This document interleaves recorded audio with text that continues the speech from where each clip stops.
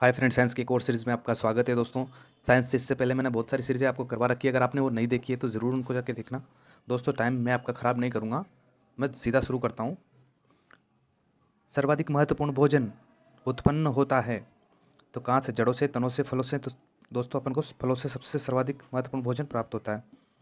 बहुत important question है, star लगा लेना। फोटोग्राफी में ऑक्जेलिक अम्ल का उपयोग किस रूप में किया जाता है? तो ये ऑक्जेलिक अम्ल है, इसका उपयोग हम फोटोग्राफी में फेरस ऑक्सलेट के रूप में करते हैं। माइक्रोसॉफ्ट का कार्यालय कहाँ है? सिएटल में। ये बहुत इंपॉर्टेंट क्वेश्चन है, अक्सर ऐसे क्वेश्चन पूछे जाते हैं। विद्युत धारा का चुंबकीय प्रभाव सर्वप्रथम अवलोकन किया गया? तो ऑस्ट्रेड द्वारा इसका अवलोकन सर्वप्रथम किया गया था। प्रकाश संश्लेषण में पौधे कौन सी गैस का अवशोषण करते हैं? तो प्रकाश संश्लेषण में CO2 का अवशोषण करते हैं और ऑक्सीजन निकालते हैं। इंद्रधनुष डैश के कारण होता है? तो इंद्रधनुष परावर्तन और अपवर्तन दोनों के कारण होता है। एम्पियर एम्पियर मात्रक है। मात्रक से संबंधित क्वेश्चन हर कंपटीशन में हर बार पूछा जाता है। तो ये विद्युत धारा का मात्रक है एम्पियर। आपको मात्रक सब याद होने चाहिए। ये निश्चित है कि एक क्वेश्चन आता है कंपटीशन में। निम्नलिखित में से कौन सी सूचना प्रौद्योगिकी परिभाषित नहीं है? निम्न में से कौन सी सूचना प्रौद्योगिकी परिभाषित नहीं है? लॉगिन ये है, मॉडेम ये भी है, पासवर्ड भी है। तो पिनाका ये परिभाषित नहीं है। इसका राइट आंसर कौन सा हो जाएगा? डी। सिस्मोग्राफ डैश डैश का पता लगाने के लिए प्रयोग किया जाता है? तो भूकंप का पता लगाने के लिए सिस्मोग्राफ का प्रयोग किया जाता है।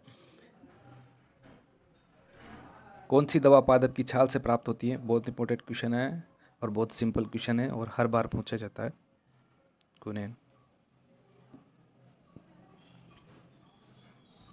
किसी रेडियो सक्रिय तत्व में उत्सर्जित अल्फा किरण का द्रव्यमान 6.645 इंटू 10⁻27 किलोग्राम -27 किलोग्राम होता है, जो बराबर है हीलियम के नाभिक के द्रव्यमान के बराबर होता है। दोस्तों, निम्न में से कौन विद्युत अचुंबकीय है? अचुंबकीय की बात कर रहा है तो तांबा यह अचुंबकीय होता है, जबकि निकिल, कोबाल्ट और क्रोमियम ये सब चुंबकित होते हैं। दोस्तों, सामान्य रूप से प्रयुक्त किया जाने वाला कंप्यूटर, तो डिजिटल कंप्यूटर अपन सामान्य रूप से प्रयोग करते हैं। सेब एवं नाशपाती में खाने योग्य भाग होता है। सेब और नाशपाती होता है, उसमें खाने योग्य भाग होता है मासल पुष्पाशन। बहुत इंपॉर्टेंट क्वेश्चन है, ये केमिस्ट्री का क्वेश्चन है। निम्नलिखित में से सर्वाधिक आयनिक गुण वाला यौगिक है? तो सर्वाधिक आयनिक गुण होता है जो HF के अंदर होता है।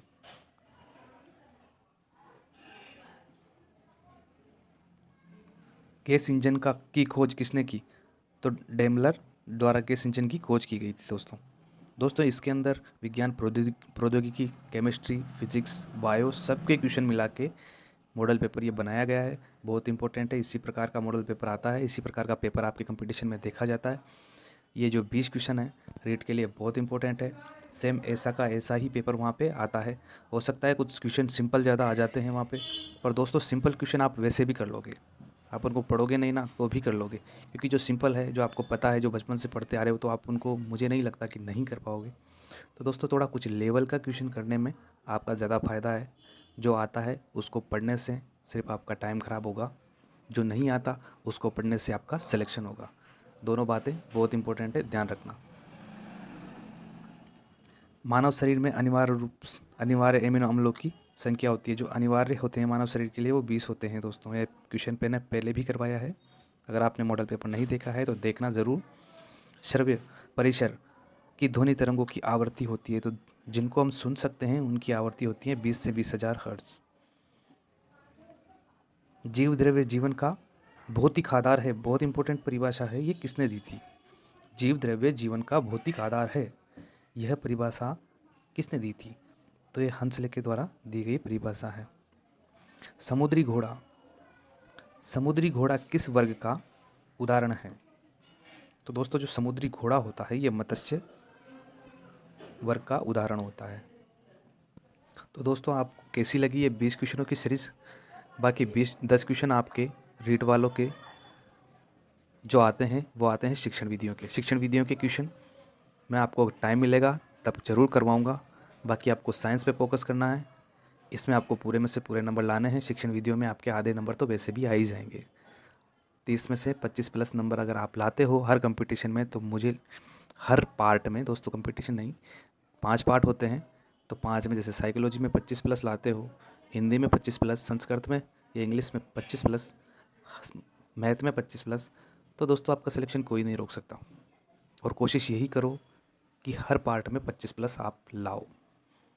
दोस्तों अगर आप वीडियो अच्छी लगी हो तो लाइक ज़रूर करना और चैनल को सब्सक्राइब किए बिना आप जाना मत दोस्तों, क्योंकि ये आपके लिए बहुत हेल्पफुल होने वाला है। धन्यवाद दोस्तों।